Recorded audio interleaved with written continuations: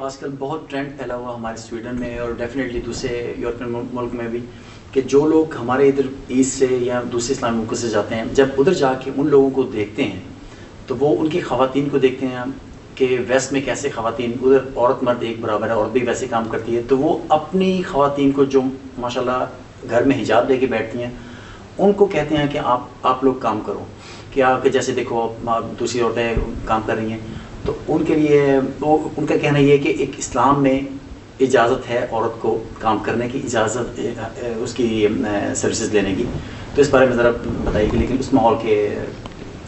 جی بلا شبہ اسلام نے عورت پر معاشی جد و جہد حرام نہیں کی، لیکن اللہ تعالیٰ نے اس پر نہ یہ جد و جہد لازم کی ہے اور نہ ہی اس کو انکریج کیا۔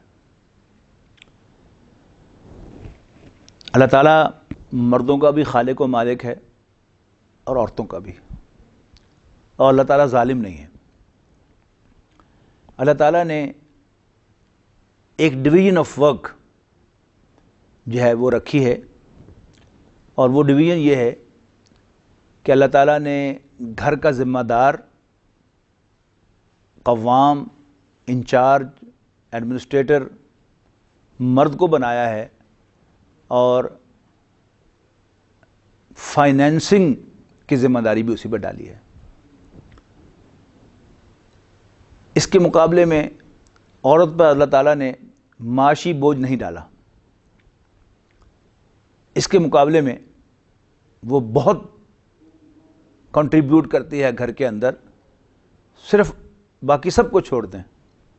ایک بچے کی ولادت کو لے لیں کہ ویسٹ کے اندر یہ سمجھا جاتا ہے کہ اولاد ماں و باپ دونوں کی ہے، لیکن ایک بچے کی پیدائش اور پرورش میں باپ کا کنٹریبیوشن کتنا ہے،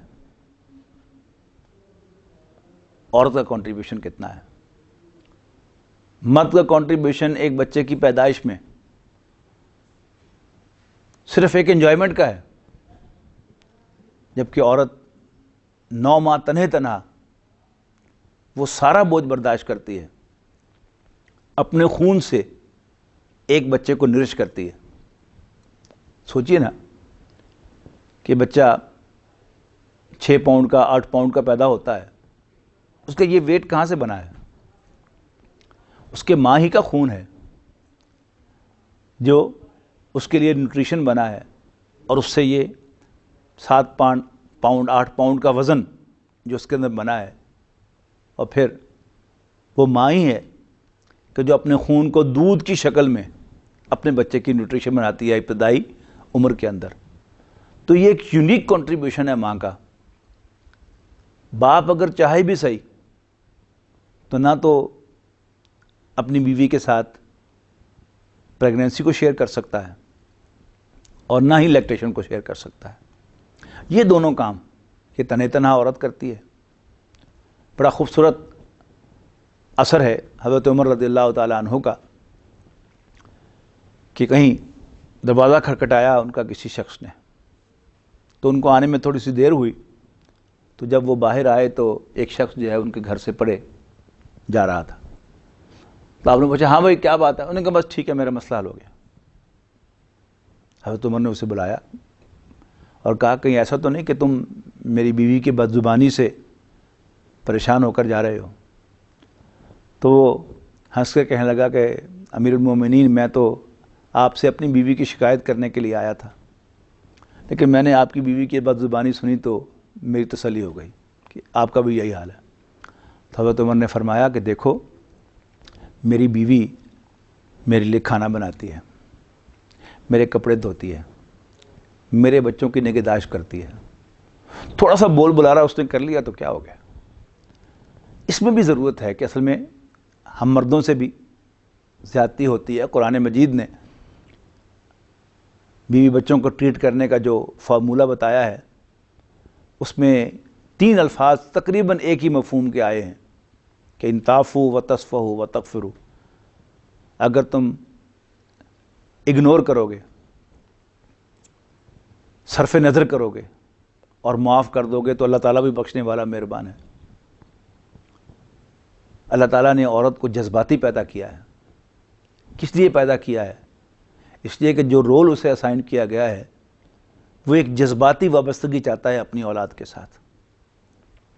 یہ ماں ہی ہے کہ جو تنہا ایک بچے کو پروڈیوس کر کے ڈلیور کرتی ہے، پھر بچے کو نرش کرتی ہے، اور کہیں اس کو ڈانٹتی ہے یا مارتی بھی ہے تو فوراً گلے بھی لگاتی ہے. اس لیے کہ اسے جو جذباتی محبت ہے اپنی اولاد کے ساتھ وہ باپ کو نہیں ہے. میں یہ نہیں کہہ رہا کہ باپ کو محبت نہیں ہے، لیکن اللہ تعالیٰ نے باپ کا مزاج ایسا بنایا ہے کہ وہ ناراض ہوتا ہے تو دن بھر، کبھی ہفتہ بھر، کبھی مہینہ بھر اس کا غصہ نہیں جاتا، اور وہ اچھے انداز میں بات بھی نہیں کرتا. لیکن یہ عورت ہے کہ ادھر مارتی ہے، اس فوراً اس بچے کو گلے لگاتی ہے، شکایت کرتی ہے، لیکن اس کے باوجود وہ اسے چھوڑ نہیں سکتی. تو اللہ تعالیٰ نے یعنی جو رول مرد کو اسائن کیا ہے، اس کے جسم کو، اس کے مزاج کو، اس کی نفسیات کو اس کے مطابق سیٹ کیا ہے، اور جو رول عورت کو اسائن کیا ہے اسی کے مطابق اس کی جسمانی ساخت بنائی ہے، اور ذہنی اور جذباتی وابستگی اس کے اندر پیدا کی ہے.